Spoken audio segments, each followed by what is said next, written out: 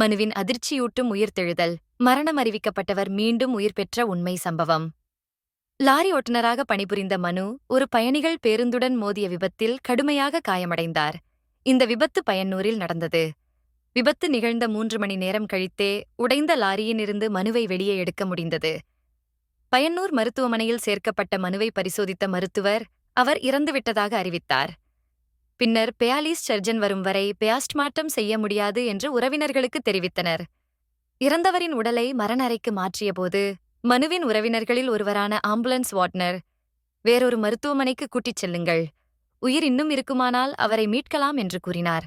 இதைக் கேட்ட உறவினர்கள் மனுவின் உடலை திருப்பி வழங்குமாறு மருத்துவமனையை கேட்டுக்கொண்டனர். ஆனால் மருத்துவமனை முதலில் மறுத்தது. பின்னர் ஐசியு வசதியுள்ள ஆம்புலன்ஸ் வந்தால் மட்டுமே உடலை விடுவிப்பதாக சம்மதித்தனர். மேலும் மரணம் என எழுதப்பட்ட அறிக்கையை திருத்திய பின்னரே உடலை விடுவிப்பதாக கூறினர். மங்களூரு மருத்துவமனையில் சேர்ந்த மனுவை பரிசோதித்த மருத்துவர்கள் முதலில் என்ன செய்தாலும் பிரயோஜனமில்லை என்று கூறினர். ஆனாலும் சிறிது முயற்சித்துப் பார்க்கலாம் என்று சிகிச்சை துவங்கினர். 6 நாட்கள் தொடர்ந்து இரத்தம் மாற்றும் சிகிச்சை நடந்தது. 6ஆம் தேதிக்குப் பிறகு மனுவுக்கு உணர்வு திரும்பியது.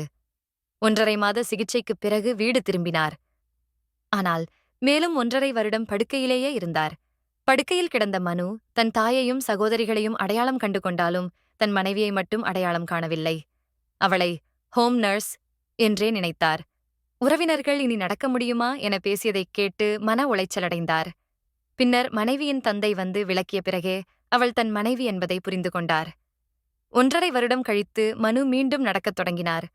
குழந்தை போல் தள்ளாடி நடந்தாலும் விடாமல் முயற்சித்தார். மருத்துவமனை பில்லடைக்க உதவியவர்களுக்கு கடன் திருப்பிக் கொடுக்க முடியாமல் வேலை தேடத் தொடங்கினார். இன்று நிற்கக்கூட சிரமப்படும் நிலையிலும் அவர் வேலை செய்கிறார். மனுவின் வாழ்க்கை முழுக்க துன்பங்களே. 2 வயதில் முதல் விபத்து, 10 வயதில் பெற்றோர் பிரிவு, மது அடிமையான தந்தையின் வன்முறை, 8ஆம் வகுப்பில் மரத்திலிருந்து விழுந்து மற்றொரு விபத்து, இறப்பை வென்று உயிர்த்தெழுதல். இன்று மனு பலருக்கு ஒரு ஈர்க்கும் வீரராக விளங்குகிறார். ஒவ்வொரு வீழ்ச்சியையும் எழுச்சியாக மாற்றும் அவரது உன்னதமான உறுதி அனைவருக்கும் ஒரு பாடமாகும்.